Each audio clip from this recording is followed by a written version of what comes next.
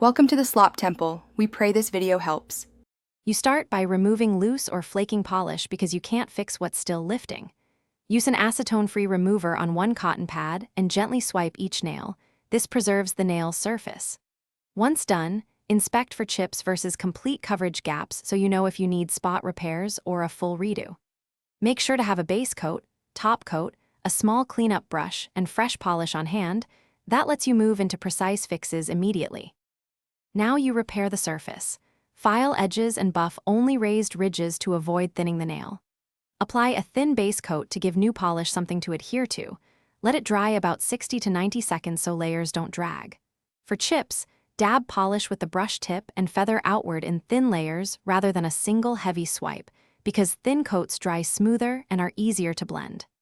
Make sure to wait between coats so each layer sets properly. To finish, apply a glossy top coat and swipe the brush across the free edge to seal. This prevents chipping. If you need faster drying, use 1-2 drops of nail oil around the cuticle and fan for 60 seconds or let air dry fully. If you smudge one nail after finishing, don't panic. Remove only that nail's polish fully, then reapply one thin base layer, color, and top coat. This targeted fix preserves the rest of your manicure and restores smoothness.